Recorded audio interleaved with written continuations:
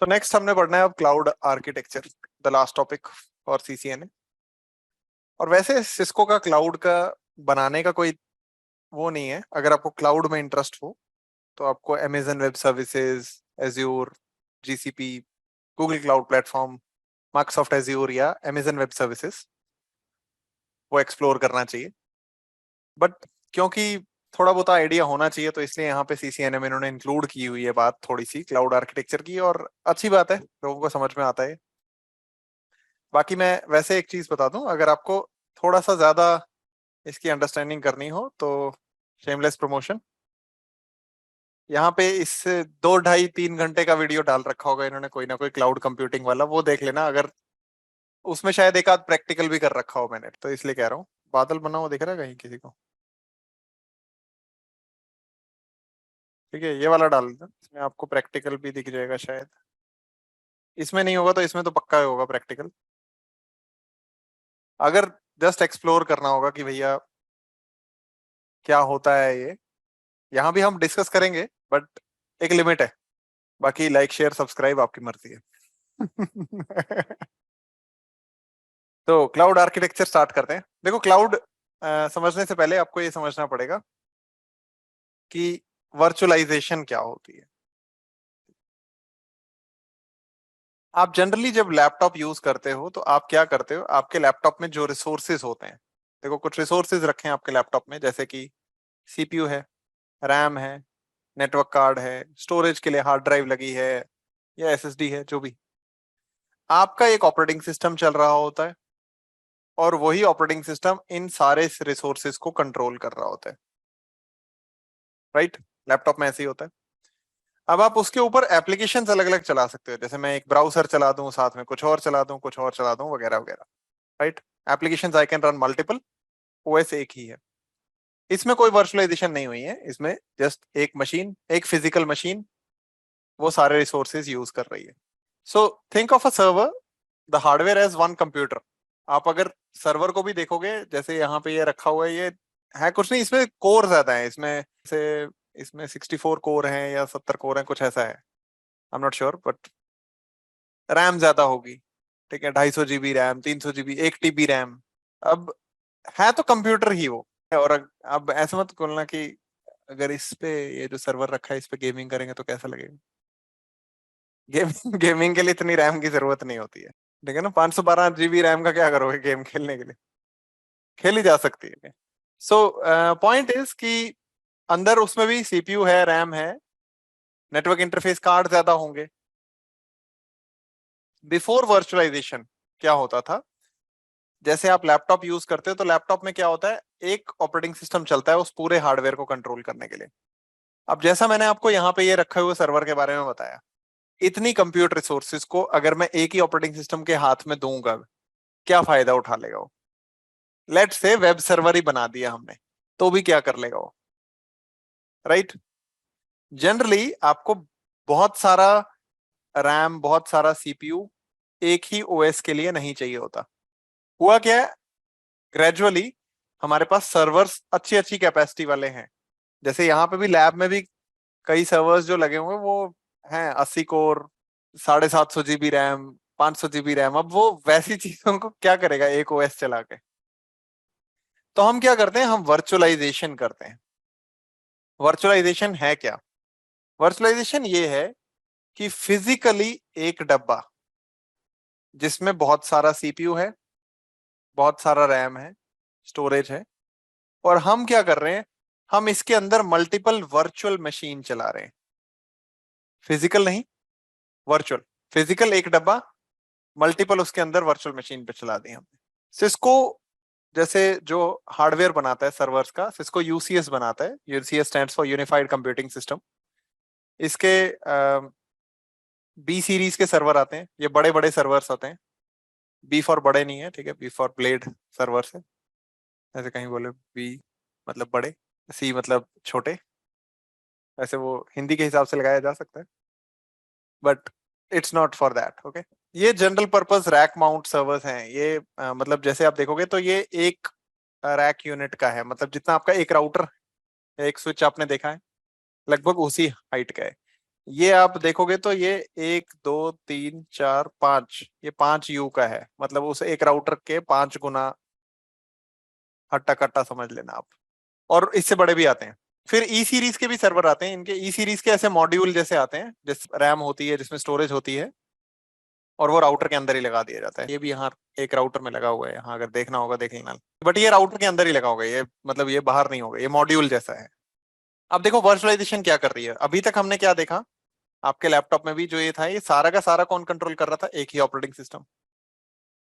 Virtualisation से क्या होता है, ये जो सीपीयू है, स्टोरेज है, रैम है, नेटवर्क है, हमने क्या किया, हमने इस डब्बे पे, इस फिजिकल डब्बे पे एक हाइपरवाइजर चलाया। हाइपरवाइजर क्या है, ये भी एक सॉफ्टवेयर है। ये सॉफ्टवेयर वर्चुअलाइजेशन में हेल्प करवाता है आपकी। जैसे आपने शायद VMware का नाम सुना होगा, तो VMware एक सॉफ्टवेयर बनाता है, VMware ESXi। वो क्या है, वो हाइपरवाइजर है। मतलब जो मेरा फिजिकल डब्बा है सर्वर का, उस पे मैं क्या डालता हूं, उस पे VMware ESXi इंस्टॉल करता हूं। उस पे कोई विंडोज नहीं, कोई लिनक्स नहीं, कुछ नहीं। क्या डालते हैं हम, VMware ESXi।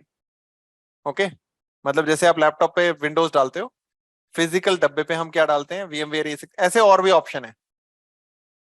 वो सॉफ्टवेयर किस लिए बनाया हो, वो सॉफ्टवेयर बनाया हुआ है वर्चुअलाइजेशन करने के लिए। This is what we call a hypervisor. जब आप इस फिजिकल मशीन को बूट भी करोगे, तो आपको क्या मिलेगा ऑप्शन, इसके अंदर आपको अलग अलग ओएस चलाने को मिलेंगे। जैसे लेट्स से मेरे पास जो फिजिकल सर्वर है उसमें 80 कोर हैं, 512 GB रैम है, मान लो 12 TB स्टोरेज है, 24 TB स्टोरेज, जो भी है। अब मैं क्या करता हूं, मैं ये एक ओएस चलाता हूं। इस एक वर्चुअल मशीन को मैं इसमें से थोड़े से रिसोर्सेज दूंगा। देखो अपर लिमिट तो यही है ना। ऐसा नहीं है कि आप बोलोगे कि मैं यहाँ पे मशीनों को रिसोर्सेज असाइन करते करते 200 कोर दे दिए, कहां से है ही। वर्चुअलाइजेशन का मतलब ये नहीं होता कि जो है नहीं वो भी दे दो। उसका मतलब ये है कि आपने क्या किया यहाँ पे, इस 80 कोर में से लेट से 4 कोर सीपीयू के इसको दे दिए, 12 GB रैम दे दी, या 8 GB रैम दे दी। 2 कोर इसको दे दिए, 2 कोर इसको दे दिए, 10 कोर इसको दे दिए। बेनिफिट क्या हुआ, बेनिफिट ये हुआ, फिजिकल सर्वर कितना है, एक। आपने इसके अंदर मल्टीपल ऑपरेटिंग सिस्टम चला के 4 वर्चुअल मशीन चला दी। हम वर्चुअलाइजेशन की बात क्यों कर रहे हैं, क्योंकि वर्चुअलाइजेशन के बेसिस पे ही क्लाउड बनाया है असल में।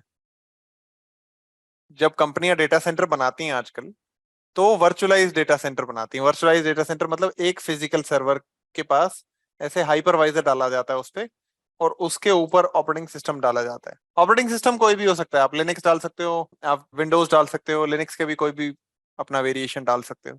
अब जैसे यहां देखोगे, each operating system instance is decoupled from the hardware and is therefore virtual. Virtual किस पॉइंट ऑफ व्यू से, virtual in contrast to physical नहीं है, ये वर्चुअल है, फिजिकली एक ही सर्वर पे है। Each piece of hardware that we formerly have thought of as a server runs multiple instances of an OS at the same time. This each virtual OS instance is called a virtual machine or a VM. A single physical host has often more processing power than you need for one OS. जो मैंने आपको बताया कि यहाँ पे server पे बहुत ज्यादा CPU रैम होता है, तो हम एक चला के क्या करेंगे उसमें। Okay, at any one point देखो, each VM is running on a physical server using a subset of CPU, RAM, storage and NIC on that server. ऐसा नहीं हो सकता कि आपने 80 कोर CPU वाले फिजिकल सर्वर में इधर दे दिए 100 कोर इसको, क्योंकि टोटल मिला के जितनी ये VMs चल रही होंगी, इनका टोटलिटी में इन रिसोर्सेज से ज्यादा तो नहीं हो सकता ना। मतलब जितने कोर या जितने स्टोरेज होगी, उसके बियॉन्ड तो नहीं जा सकते ना। To make server virtualisation work, each physical server called a host in the server virtualization world uses a hypervisor. Hypervisor क्या कर रहा है? The hypervisor manages and allocates the host hardware CPU RAM to each VM based on settings for the VM. Okay, ये common आपको नाम सुनने को मिलेंगे वर्चुअलाइजेशन के लिए, vCenter, Hyper V, Citrix, Red Hat. Okay, these systems allow virtualization engineers to do dynamically create VMs, start them, move them। अगर आपके एक फिजिकल सर्वर ये है, दूसरा फिजिकल सर्वर ये है, तीसरा फिजिकल सर्वर ये है, चौथा ये है, आप चलती हुई मशीन, ध्यान से सुनना, चलती हुई मशीन यहां से उठा के यहां भी ले जा सकते, पता भी नहीं चलेगा मशीन चलाने वाले को। मैजिक लगता है ये पहली बार देख के, कि मतलब ये फिजिकल सर्वर हैं जिनकी मैं बात कर रहा हूँ, आपने विंडोज चला रहे हो, मतलब यूजर यूज कर रहा होगा, ऑन पड़ा है ओएस, ऑफ करके नहीं कह रहा हूं मैं, ऑन का ऑन ही चलता हुआ आप एक होस्ट से उठा के दूसरे पे ले जाओ, ये भी कर सकते हो। So you can start them, move them manually और automatically to different servers when the hardware maintenance needs to be performed. Virtualization engineer can move the VMs to another host. जैसे मान लो इसके हार्डवेयर में मेरे को कुछ गड़बड़ लग रही है, अब इसमें फैन खराब है, ऑफ करोगे ना, वीएम कहीं और चलाओगे ना। वर्चुअलाइजेशन का फायदा क्या होगा देखो, can move the VMs to another host often while running so that maintenance can be done। जैसे मान लो इस पे मेरे को मेंटेनेंस करनी है, तो चलती हुई VM सारी किसी और पे ले जाएंगे और चलो मेंटेनेंस का काम करते हैं जिस वाले पे। इन चीजों की आने की वजह से, ये क्लाउड वर्चुअलाइजेशन, इन सब चीजों की वजह से ना, आप देखोगे एप्लीकेशंस का डाउन टाइम बहुत कम हो गया अब। मतलब एक जमाना होता था, लोग ऐसा होता था कि भैया हर शाम को जी मेंटेनेंस होती है, या हर महीने में एक लास्ट डे मेंटेनेंस होती है, ये सब खत्म हो गया काल। क्योंकि जब चलते हुए मशीनों को इधर से उधर ले जाओगे तो फिर क्या चाहिए आपको, सर्वर ही तो थोड़े ज्यादा चाहिए ना, कस्टमर सफर कभी नहीं करेगा। अब ओएस वर्चुअलाइज्ड है तो ऑब्वियसली उसको वर्चुअल निक कनेक्ट करेंगे हम, और एक वर्चुअल स्विच से भी जोड़ सकते हैं उनको आपस में। उस वर्चुअल स्विच को आप फिजिकल निक के साथ भी जोड़ सकते हैं, क्योंकि फिजिकल पोर्ट भी रहेंगे ना, फिजिकल नेटवर्क इंटरफेस कार्ड भी तो रहेंगे ना सर्वर पे। बाहर जब जोड़ना है तो फिर तो फिजिकल के साथ ही जोड़ना है। Each server uses some kind of an internal Ethernet switch, often called a virtual switch or a vSwitch. vSwitch can be supplied by hypervisor or by Cisco। अब जैसे आप डेटा सेंटर देखोगे ना, तो डेटा सेंटर जनरली हमें, मैं दिखाता हूं आपको। अब जैसे ये देख रहे हो, यहाँ रैक्स, बहुत सारे रैक लगे हुए हैं, इक्विपमेंट इक्विपमेंट है, मतलब ऐसे वीडियो भी मिल जाएंगे आपको।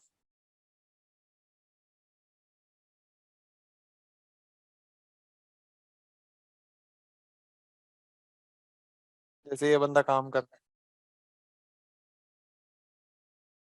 अपना सर्वर मेंटेनेंस का काम के लिए। अब मैं ये क्यों बता रहा हूँ आपको, देखो बहुत सारे, जब आप डिवाइसेस लगाओगे ऐसे, तो आपको क्या करना पड़ेगा, आपको एक केबलिंग का भी एक स्ट्रक्चर फॉर्म करना पड़ेगा, राइट। वो स्ट्रक्चर कैसा फॉलो किया जाता है, जैसे आप यहां देखोगे जनरली आपको रैक के सबसे ऊपर स्विच लगे हुए दिखेंगे, इसको हम कहते हैं top of rack. Top of rack में भी दो स्विच लगे हैं, और अगर आप ध्यान से देखोगे यहाँ पे, ये हर एक टॉप ऑफ रैक स्विच से दो इंटरफेसेस कनेक्टेड हैं हर सर्वर के। जैसे सर्वर 1 का एक इसके साथ कनेक्टेड है, एक इसके साथ कनेक्टेड है, दिख रहा है ना। क्यों, दो इसलिए लगाए हैं क्योंकि रिडंडेंसी रखनी है। अब आप हर एक के साथ ऐसे ही कर रहे हो, और ये एक रैक है। अब ये टॉप ऑफ रैक स्विचेस जो हैं, ये एंड ऑफ रो स्विच जो होता है उसके साथ कनेक्ट किए जाते हैं। जैसे यहां से ये इधर ले जाया जा रहा है, ये इधर ले जाया जा रहा है, तो केबलिंग का भी एक स्ट्रक्चर है, ऐसा नहीं कि मतलब उल जलूल कुछ भी लगाओ। Each host that is a physical host मतलब फिजिकल सर्वर की बात कर रहे हैं, needs a physical connection to the network. Traditional data centre top of rack and end of row physical switch topology is followed for this physical connectivity in data center. Each host is capable to two different switches in the top of the rack, called top of rack switches, to provide redundant paths into LAN. Each top of rack switch acts as an access layer switch. Access distribution core, वो कहानी हमने पढ़ी थी, वही कहानी है। For each top of rack switch is then cabled to an end of row switch, which acts as a distribution switch, also connects to the rest of the net. तो आपको फिजिकल इंफ्रास्ट्रक्चर के बारे में थोड़ा सा समझ में आया होगा कि कंप्यूटर ही है ये, सर्वर भी कोई अलग चीज नहीं है। अब किसी भी वर्चुअलाइज डेटा सेंटर में जैसे मेरे को रिसोर्स चाहिए, ठीक है, मैं एक डेवलपर हूं, मैं आया, मेरे को एक नई एप्लीकेशन, मेरे को एक नई वेबसाइट रन करनी है, मैं चेंज रिक्वेस्ट डालूंगा कि बोलूंगा भाई मेरे को ना एक लिनक्स सर्वर चला के दे दो, उसमें तुम 4 कोर सीपीयू दे देना, मेरे को 8 GB रैम दे देना, वगैरह वगैरह, मैं अपनी रैम रिक्वेस्ट या जो भी रिसोर्स रिक्वायरमेंट है वो बता दूंगा। उसके बाद वर्चुअलाइजेशन इंजीनियर क्या करेगा, क्लिक्स करेगा, स्क्रिप्ट रन करेगा या जो भी करेगा, अपने वर्चुअलाइजेशन सॉफ्टवेयर से इंटरेक्ट करेगा और डेटा सेंटर में से पार्ट ऑफ एक चीज चला के मेरे को दे देगा चलाने को, फिर मैं उसके साथ काम कर सकता हूँ जो भी करना है। फाइन, दिखा देता हूँ ये भी कैसा दिखता है। जैसे यहाँ पे मैंने लॉग इन किया हुआ है, ये देखोगे ये जो डिवाइस आपको यहाँ दिख रहा है, ठीक है, इसको हार्डली ज्यादा टाइम नहीं हुआ है, इसको हार्डली आधा दिन ही हुआ है आप हुए। मैं इसकी बात कर रहा हूँ, व्हेन आई से वर्चुअलाइजेशन सॉफ्टवेयर से इंटरेक्ट करेगा कोई, तो कुछ ऐसे सॉफ्टवेयर के साथ इंटरेक्ट करेगा। यहाँ पे देखोगे यहाँ सारी कहानी है, जैसे इसमें ये स्टोरेज पड़ी है, स्टोरेज से रिलेटेड कुछ चीजें चलानी है, या जैसे इस होस्ट को भी देखोगे तो इसमें 512 GB रैम है, 40 कोर सीपीयू है। अभी ये कुछ भी नहीं कर रहा है असल में, इसमें कुछ काम करने वाला था, वो छोड़ दो। बट पॉइंट इज कि जब मैं कह रहा हूं आपसे कि वर्चुअलाइजेशन सॉफ्टवेयर से इंटरेक्ट करेगा यूजर, वर्चुअलाइजेशन इंजीनियर मतलब किससे करेगा, कुछ ऐसा सॉफ्टवेयर होगा, और वो जीयूआई से भी कर सकता है, वो ऐसी स्क्रिप्ट भी रन कर सकता है। ये जस्ट मैं सैंपल के लिए दिखा रहा था आपको, बाकी ये वाली कहानियां आपको कभी देखनी होंगी तो ये आपको VMware वगैरह में मिलेगी। मैं VMware नहीं पढ़ाता हूँ, just in case somebody is thinking, सारी चीजें मैं नहीं पढ़ाता हूँ। ट्रेडिशनल वर्क फ्लो क्या है, कस्टमर मतलब कोई ह्यूमन आया, asks virtualisation human for service, human to human interaction हो रही है। The customer makes a request to the virtualisation service engineer to set up VMs। Cloud computing is self service. एक तो वो वाला बात हुई ना, रेस्टोरेंट पे जाते हो, वेटर आता है, आप बोलते हो भाई आज छोले भटूरे ले आओ या जो भी खाना है, फिर वो लाता है, हम खा लेते हैं। सेल्फ सर्विस नहीं हुई वो, देखो दुनिया जा रही हर तरफ सेल्फ सर्विस में, तो यहाँ पे भी सेल्फ सर्विस हो गई है। Self service is cloud computing. So देखो, for the work flow to be considered to be a cloud service, the process at step 2, ये वाला जो प्रोसेस है ये ऑटोमेट हो जाना चाहिए। मतलब जो कस्टमर है वो किसी बंदे से इंटरेक्ट नहीं करेगा, वो किसी, अब देखो ये मैं जो आपको दिखा रहा था, मेरे को वर्चुअलाइजेशन पता है, मैं इसलिए दिखा रहा था, मैं इसलिए उसके साथ इंटरेक्ट करता हूँ। ऐसा नहीं कि ये डेवलपर कोई आएगा वो VMware बिना सीखे वो बोलेगा टिक टिक टिक कर वो। So the process at step 2 should not require a human to service that request, but instead the request should be filled automatically. Now, cloud computing है क्या? देखो, cloud computing is an approach to offer IT services. The definition of cloud computing as put forth by US NIST is on demand self service होनी चाहिए। जो consumer है वो आके अपनी रिक्वेस्ट के हिसाब से खुद ही चीजें रन कर पाना चाहिए, उसको कोई इंसान को नहीं बताना है। सेल्फ सर्विस वाला restaurant. Second, broad network access होना चाहिए। ब्रॉड नेटवर्क एक्सेस मतलब आपके पास मल्टीपल तरीके होने चाहिए उस रिसोर्स को एक्सेस करने के लिए। इंटरनेट से हो सकता है, कुछ डायरेक्ट कम्युनिकेशन हो, MPLS या कुछ और भी वैन सर्विसेज हो। थर्ड, रिसोर्स पूलिंग होनी चाहिए। देखो क्या होता है, जब आप कोई भी क्लाउड कंप्यूटिंग रिसोर्स यूज करते हैं, ऐसा नहीं है कि ये एक फिजिकल सर्वर है ये जो आप ही के लिए है, ऐसा नहीं है। वहां क्या होगा, यहां मेरा VM रन हो रहा है, मैं कस्टमर हूं, इसी फिजिकल सर्वर पे हो सकता है दूसरे बंदे का VM रन हो रहा हो। रिसोर्स पूलिंग होगी। रिसोर्स पूलिंग का मतलब क्या है, देखो, the provider creates a pool of resources rather than dedicating specific servers for use only by certain consumers। एक स्पेसिफिक सर्वर किसी एक बंदे को नहीं दिया हमने, क्या किया, सारे रिसोर्सेज इकट्ठे कर दिए। उसमें से हो सकता है एक कस्टमर का VM यहाँ चल रहा है, दूसरे का भी यहीं चल रहा है, बट बहुत सारे फिजिकल सर्वर्स, ये कस्टमर को कोई मतलब नहीं है कि वो कितने सर्वर हैं, उसके लिए ऑलमोस्ट ये इनफाइनाइट होना चाहिए। असली में इनफाइनाइट नहीं होगा, बट वो जितना बढ़ाना चाहे उतना बढ़ा पाए. That brings us to the fourth point, that is rapid elasticity.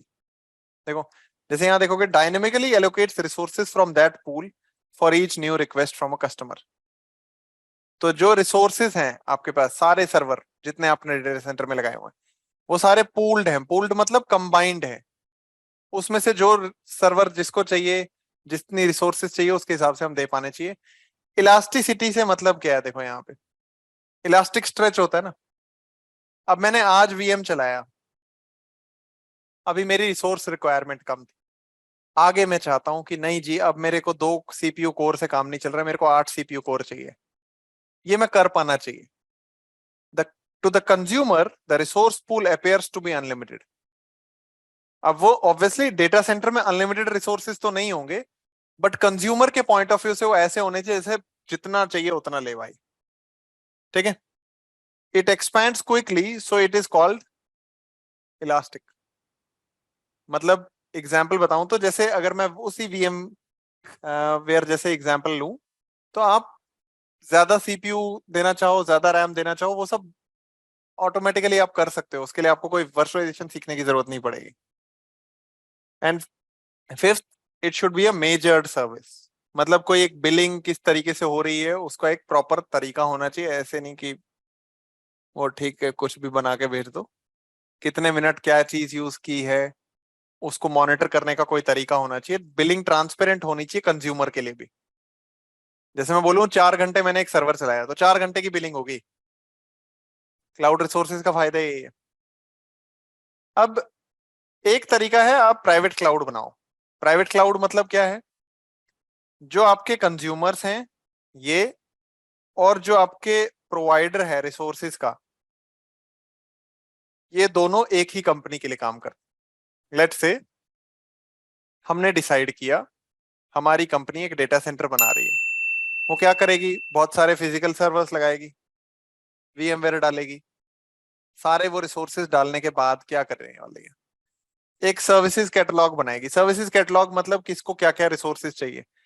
Developer human से इंटरेक्ट नहीं कर रहा है. देखो, इंफ्रास्ट्रक्चर टीम है जो मैनेज कर रही है इस सबको. बट जब इस बंदे को रिसोर्स चाहिए, ये आएगा, ये इस सर्विसेज कैटलॉग से कम्युनिकेट करेगा और इसकी वीएम चल पड़ेगी. जैसे पिछले केस में क्या हो रहा था, ये बंदा जाके, जैसे यहाँ पे ये क्या हो रहा था, इधर हिम्मत नहीं है लोगों में, यहाँ पे शक्लों में दिख रहा है. बस साल लग जाएगा सीसीएनए करने में. चेंज रिक्वेस्ट ये इंसान देख रहे थे ना, और वो अपना काम कर रहे थे आगे. अब यहाँ क्या हो रहा है, ये डायरेक्टली इंटरेक्ट करेगा इस क्लाउड कंप्यूटिंग सर्विसेज के मीनू से, और वहां से जो चाहिए इसको ये मिल जाएगा. प्राइवेट क्लाउड देखो, प्राइवेट है. प्राइवेट मतलब किसी ऑर्गेनाइजेशन का प्राइवेट है. Creates a service inside a company to internal customers that meets the 5 criteria from the NIST list. ये वाली चीजें फिर भी होनी चाहिए उस. Private cloud is private in that one company owns the tools that create the cloud and employs the people who use the services. Even inside one company, using a cloud computing approach can improve the operational speed of deploying IT services. आप अगर देखोगे ना, जो काम दुनिया में slow होते हैं ना, दुनिया में जितने भी काम है, वो स्लो होते हैं क्योंकि एक इंसान दूसरे इंसान से काम करवा रहा होता है. सरकारी काम इसलिए स्लो. ठीक है, आपको कुछ, अब ऐसे ले लो, जैसे सपोज करो, जितना ऑटोमेशन हो जाए ना उतना अच्छा है. जैसे देखो, इसको तो चाहिए ना ये. अगर ये पिछले वाले एग्जाम्पल में देखोगे आप, यहाँ पे इसका मन नहीं है आज काम करने का. इसने रिक्वेस्ट तो डाली, ये स्लो रहेगा काम. राइट, मान लो इसका जी आज घर गया है जल्दी छुट्टी लेके, पेंडिंग रहेगी ना चेंज. अब इस ये तो तभी रिक्वेस्ट लेके आया था ना क्योंकि इसको चाहिए थी. If you do private cloud virtualisation like this, ये क्या होगा, ये जो स्टेप 2 था ये खत्म हो गया. बीच में ह्यूमन टू ह्यूमन इंटरेक्शन ही खत्म हो गया. ये इधर इंटरेक्ट कर रहा है और ये एपीआई टू एपीआई इंटरेक्शन होके काम खत्म कर देंगे आपका. तो क्या होगा, स्पीड बढ़ जाएगी ना, आप ज्यादा तेजी से डिप्लॉयमेंट कर सकते हो. राइट? प्राइवेट क्लाउड क्लियर हो गया। अब पब्लिक क्लाउड क्या है? पब्लिक क्लाउड में सिर्फ इतना सा हो रहा है कि जो आपके कंज्यूमर्स हैं वो कंपनी के लोग नहीं है, वो कोई बाहर वाले। जैसे चाहूं मैं एक सर्वर चलाना चाहूं, हार्डली 5 मिनट लगेंगे, सर्वर लाइव करके दे दो। अब इस केस में क्या होगा, एक public cloud service provider use होगा, जिनका मैं नाम ले रहा था, जैसे अमेजन वेब सर्विसेज, ये अमेजन वालों का है। और मैं कहता भी हूँ लोगों से, अगर आप सोच रहे हो कि जेफ बेजोस इतना अमीर क्यों होता जा रहा है, वो इसलिए नहीं है क्योंकि आप अमेजन पे शॉपिंग कर रहे हो, वो अमेजन वेब सर्विसेज की वजह से। मतलब इसका पोटेंशियल ह्यूज है। कितना ह्यूज है? आप ये मान के चलो, जितने आप स्टार्टअप सुनते हो ना, या जितने आप यूज करते हो चीजें, आप बोलोगे मैं जी नेटफ्लिक्स देखता हूँ। नेटफ्लिक्स बिहाइंड द सीन्स सारा का सारा इंफ्रा एडब्ल्यूएस पे रखती है अपना, सारा का सारा, उनका कोई भी डेटा सेंटर नहीं है। आप बोलोगे मैं उबर यूज करता हूँ, ओला यूज करता हूँ, मैं ये यूज करता हूँ, मैं वो यूज करता हूँ, आप जितनी ये स्टार्टअप वाली सर्विसेज यूज करते हैं ना, ये सारे स्टार्टअप्स ज्यादा इजीली सॉफ्टवेयर बेस्ड वाले इसीलिए रोल आउट होते हैं क्योंकि इनको डेटा सेंटर बनाना नहीं पड़ता, ये जाते हैं पब्लिक क्लाउड प्रोवाइडर के पास। अमेजन वेब सर्विसेज एक एग्जांपल, मतलब इनका लास्ट ईयर का रेवेन्यू $65 बिलियन था खाली इससे। अमेजन बाकी भी और बहुत सारे धंधों में, तो आप समझ ही रहे होंगे अब ये। और ऐसा नहीं है कि ये कम होने वाला है। अगर आप आज से 5 साल बाद या आज से 10 साल बाद की बात करोगे तो क्लाउड और बढ़ा ही हुआ मिलेगा आपको। क्यों? इट टेक्स द सिरदर्द अवे। कौन सा सिरदर्द? डेटा सेंटर बनाने का। अभी आपको लगेगा यार कितना ही बड़ा सिरदर्द है। देखो, मेरे को डेटा सेंटर बनाना है, क्या करना है? पहले जमीन ढूंढनी है, बड़ी सी जमीन, शहर से बाहर। लैंड एक्वायर करने के बाद उस पर बिल्डिंग बनानी है। वो बिल्डिंग बनाने के बाद उसमें रैक लगाने हैं। रैक लगाने के बाद उसमें डिवाइस लगाने हैं। फिर डिवाइस मेंटेन करने के लिए इंजीनियर हायर करने हैं, राइट? फिजिकल सिक्योरिटी के लिए सिक्योरिटी गार्ड रखने हैं। आपको सिरदर्द समझ में आ रहा होगा ये, मतलब it's almost real estate business में घुस जाने वाले काम। मतलब एक सिरदर्द का काम है काफी। मैं लोगों को ऐसे बोलता हूँ जनरली कि using cloud versus on premises. On premises मतलब आप बोलो कि हमने खुद का अपना डेटा सेंटर बनाया। इसका अगर आप मोटा मोटा डिफरेंस किसी को समझाना चाहो, जो आपके मम्मी पापा को भी बता सकते हो आप, वो क्या है? आपको बिजली चाहिए, ठीक है? एक तरीका है, आप डैम बनाओ जाओ। डैम बनाने की बात कर रहा हूं मैं, जनरेटर लगा के बिजली बनाने की भी बात नहीं कर रहा। क्योंकि जो ये डेटा सेंटर बनाने का काम है ना, ये ऐसा ही है। जेनसेट लगाना भी थोड़ा आसान काम है कि चलो जेनसेट लाया, लगाया, अब डीजल चला के बिजली बना रहे। बट यहाँ ऑब्वियसली फिजिकल इंफ्रास्ट्रक्चर, मतलब लैंड एक्वायर करोगे, बिल्डिंग बनाओगे, तो ये डैम बनाने जैसा ही है। ऑन द अदर हैंड, जब आपको बिजली चाहिए होती तो आप क्या करते हो? आप बोलते हो भैया इलेक्ट्रिसिटी बोर्ड से एक कनेक्शन ले लो, बिल आएगा, काम खत्म, कोई सिर दर्द नहीं है। और you can scale up as and when required. You feel like नहीं, अब तो मैंने 4 AC लगा लिए घर में, मुझे और ज्यादा बड़ा मीटर लगवाना है। वो बोलेंगे ठीक है कोई नहीं, लो सर। यू फील लाइक नहीं, अब नहीं चाहिए उतना, बिल कम आएगा। तो आई होप आपको मोटा मोटा फर्क समझ में आ गया होगा कि ऑन प्रेमिसेस से क्लाउड की तरफ ट्रांजिशन। क्योंकि आप किसी भी कंपनी को बोलोगे ना कि कोई चीज रेंट पे मिल रही है और कोई चीज खरीदनी है, most companies if the rent is reasonable they will always prefer this. कंपनियां ऑफिस रेंट करती हैं, कंपनियां बहुत सारी चीजें रेंट करती हैं, खरीदती नहीं है। अब ये आईटी इंफ्रास्ट्रक्चर की भी इन अ वे देखोगे तो किराए पे लेने वाला ही काम है। व्हेन यू यूज क्लाउड, ये कंज्यूमर क्या कर रहा है, ये आएगा, इनके सर्विस कैटलॉग को देखेगा और वहां से एक वीएम चला देगा। With a private cloud, the cloud provider and the consumer are part of the same company. With a public cloud provider offers selling the services to consumer in other companies. अब cloud computing के service model differences क्या क्या है, मतलब क्या क्या option है आपके पास। एक ऑप्शन है आपके पास इंफ्रास्ट्रक्चर एज अ सर्विस, दूसरा है प्लेटफॉर्म एज अ सर्विस, तीसरा है सॉफ्टवेयर एज अ सर्विस। अब इनमें तीनों में फर्क क्या है? फर्क इस चीज का है कि आप कितना सिरदर्द लेना चाहते हो। जैसे अगर हम ऑन प्रेमिसेस करें तो ये सारा का सारा आईटी का स्टैक आपको ही मैनेज करना है। मतलब नेटवर्किंग कौन देखेगा? आप ही की कंपनी इंजीनियर भी हायर करेगी ना इसी के लिए। स्टोरेज, सैन बनानी, सर्वर लगाने हैं, वीएमवेयर चलाना है, विंडोज या लिनक्स चलाना है, मिडलवेयर चलाना है, मान लो कोई रन टाइम एनवायरनमेंट चलाना है, उसमें ड्राइवर्स डालने हैं नेटवर्क कार्ड चलाने के लिए, कोई जावा रन टाइम एनवायरनमेंट डालना है, डेटा डालना है, एप्लीकेशन डालना है। ये सारा का सारा आप ही का सिरदर्द है। This is on premises. इसको कई बार लोग ट्रेडिशनल आईटी भी कहते हैं। दूसरा तरीका क्या है? Infrastructure as a service. इस केस में ये वाला जो पार्ट है आप मैनेज नहीं कर रहे। जैसे आप अमेजन वेब सर्विसेज वालों के पास जाओ, आप उनको बोलो मेरे को एक विंडोज मशीन चलानी है, इतने कोर, इतनी रैम, वो बोलेंगे मजे करो। अब इधर से ऊपर का पार्ट आपके कंट्रोल में, आप उस विंडोज में या उस लिनक्स में क्या करना चाहते हो, क्या नहीं करना चाहते हो, ये वाला सारा आप मैनेज करोगे। Okay, but you don't have to worry about उसको इंटरनेट से कैसे जोड़ा, लीज लाइन लाई, किसकी लीज लाइन लाई, उसकी रिडंडेंसी रखी क्या, स्टोरेज रेड बनाई। रेड बनाने का मतलब क्या होता है? आप देखो, एक हार्ड ड्राइव लगा के या एक एसएसडी लगा के अगर यही हार्डवेयर ही फेल हो गया तो डेटा तो गया ना।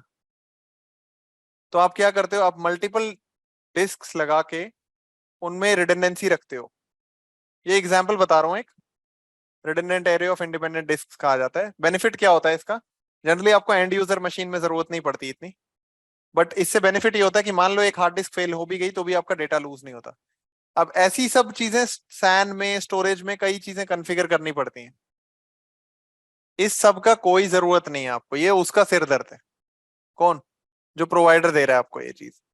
सर्वर उसने डेल के खरीदे, एचपी के खरीदे, कि क्या किया हमें कोई मतलब नहीं है। वर्चुअलाइजेशन कैसे की, हमें वर्चुअलाइजेशन इंजीनियर हायर करने की जरूरत नहीं है।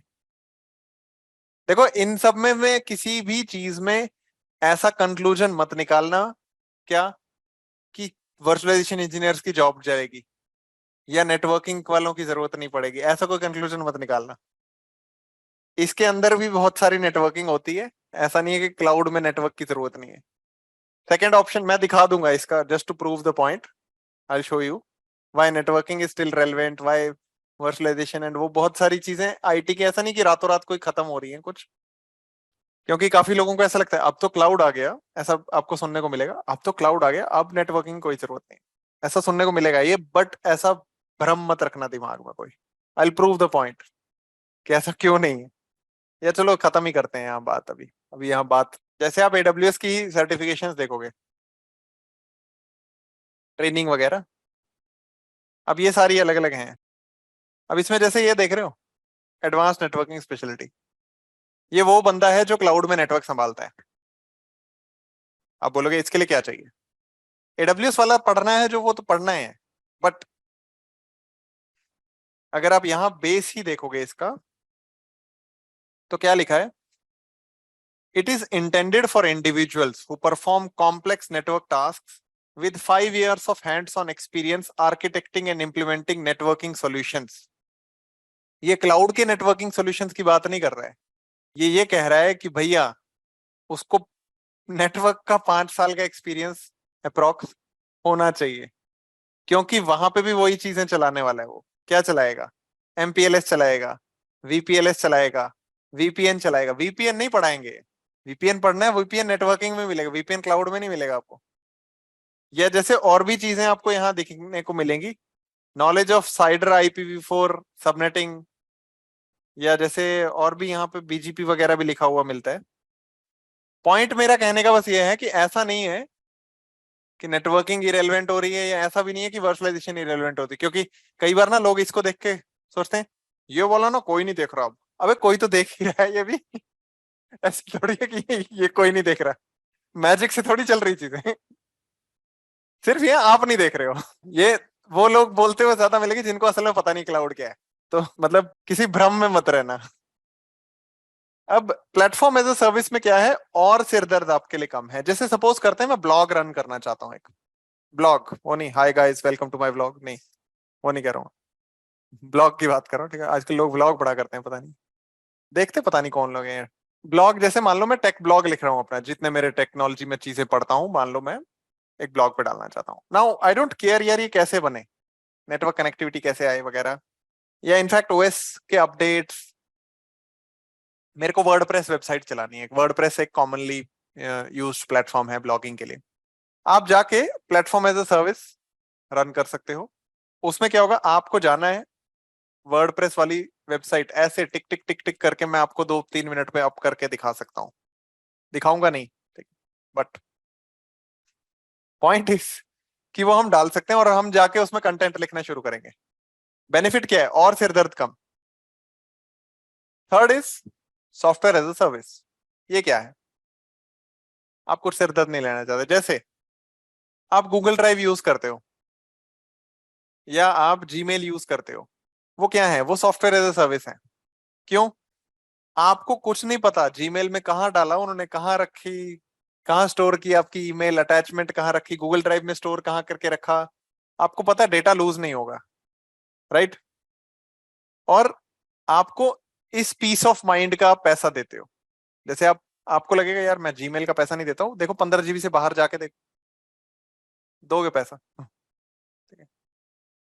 ईमेल जैसे जैसे पुरानी होगी ना, आपकी पुरानी यादें ज्यादा इकट्ठी होती जाएंगी, फिर स्टोरेज भी आप देखोगे एक टाइम पे आएगा, ओ 12 GB तो जीमेल में ही यूज हो गया। तो पॉइंट ये है कि SaaS बेस्ड एप्लीकेशन में आप, you don't care about anything like this, you don't want to manage any of the IT infrastructure, and आप बस चीज चलाना चाहते हो अपने। जैसे देखो, infrastructure as a service business offer services such as pay as you go storage, networking and virtualization. Pay as you go storage क्यों, जितना आप यूज करोगे, जैसे बिजली का बिल आता है वैसे ही जितने घंटे आप सर्वर चलाओगे, इनफैक्ट वैसे तो अब ये जितने मिनट हो गया है उसके हिसाब से आप पैसे दोगे। आपने 2 घंटे चलाया, उतने का पैसा। It gives users cloud-based alternatives to on-premises infrastructure so that businesses can avoid investing in expensive on-site resources. जैसे आप ट्रेनोनिक का ये प्लेटफॉर्म यूज करते हो, ये भी AWS यूज करता है, ये सारा सॉल्यूशन AWS पे बना हुआ है, पक्का कंफर्म्ड, कोई शक नहीं है, ट्रस्ट मी। अब देखो हमारा काम क्या है, हमारा काम ये इंफ्रा मैनेज करना नहीं है। आपके लिए वीडियो अवेलेबल होना चाहिए, आप देख पाने चाहिए, आप ऑनलाइन ट्रेनिंग अटेंड करना चाहिए, एम ये है, राइट, बिजनेस ये है। अगर ये सारा कुछ मैनेज करना पड़े ऑन प्रेमिसेस, क्या होगा, एक डेटा सेंटर बनेगा, टीम बनेगी, फिर किसी दिन होगा ओ आज ट्रेनोनिक वेबसाइट नहीं चल रही है। ऑलमोस्ट आपके साथ ऐसा हो नहीं सकता। क्यों नहीं हो सकता, क्योंकि ये भी AWS पे है, तो इसमें सर्वर की रिडंडेंसी, स्टोरेज की रिडंडेंसी, वीडियो गायब हो गया ऐसा नहीं हो सकता। वो किसी सॉफ्टवेयर कोड बग वग की वजह से हो सकता है, कुछ फंस जाए कहीं, बट ऐसे नहीं हो सकता कि फाइल ही डिलीट हो गई अपने आप। इंफ्रास्ट्रक्चर एज अ सर्विस की डिलीवरी ओवर द इंटरनेट होती है। जैसे ये AWS का ही स्क्रीनशॉट है एक। अब जैसे आप यहां देखोगे, आप चूज कर सकते हो अपने हिसाब से इंस्टेंस। इंस्टेंस कहते हैं इसको। इंस्टेंस का मतलब क्या है, जैसे यहां देखोगे कि मुझे कितने CPU कोर चाहिए, कितनी रैम चाहिए, 8 कोर 32 GB रैम, राइट, ये सारे ऑप्शन हैं आपके।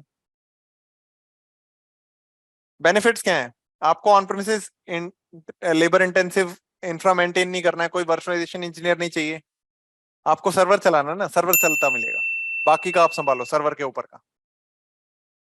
दे आर हाईली फ्लेक्सिबल। जैसे कल को मैं अभी मान लो छोटी मशीन चलाता हूँ 4 16 GB वाली, कल को मेरे को ज्यादा बड़ा चाहिए, यू कैन हैव इलास्टिसिटी, वो सारे ऑप्शन जो आपने पीछे पढ़े, they are all available. You can buy what you need as you need and purchase more as your business grows. देखो एक बेनिफिट सबसे बड़ा क्लाउड का क्या होता है, आज मान लो 10 स्टूडेंट है देखने वाले, सर्वर उस हिसाब से चलेंगे। कल को देखने वाले 1000 स्टूडेंट है, सर्वर भी तो ज्यादा चलाओगे ना। अगर यही काम आप डेटा सेंटर में करो तो आपको एक्स्ट्रा ओवर प्रोविजन करके रखना पड़ता है हमेशा, राइट? क्यों? क्योंकि आप ओवर प्रोविजन नहीं करोगे तो फिर तो किसी दिन एप्लीकेशन बैठ जाएगी ना। Highly flexible, highly scalable, accessible bye multiple users, cost effective.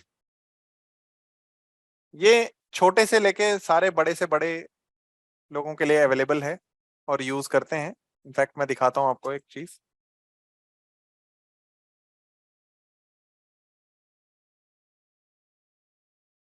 सो कौन कौन यूज करता है, ये सबसे बड़े वाली लिस्ट है। ये इनकी मंथली बिलिंग है।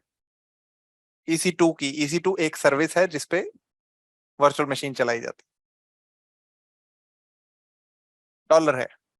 बेजोस तो अमीर होगा ही ना। डजंट मैटर फेसबुक चले या लिंक्डइन चले, अपनी कमाई पक्की। राइट।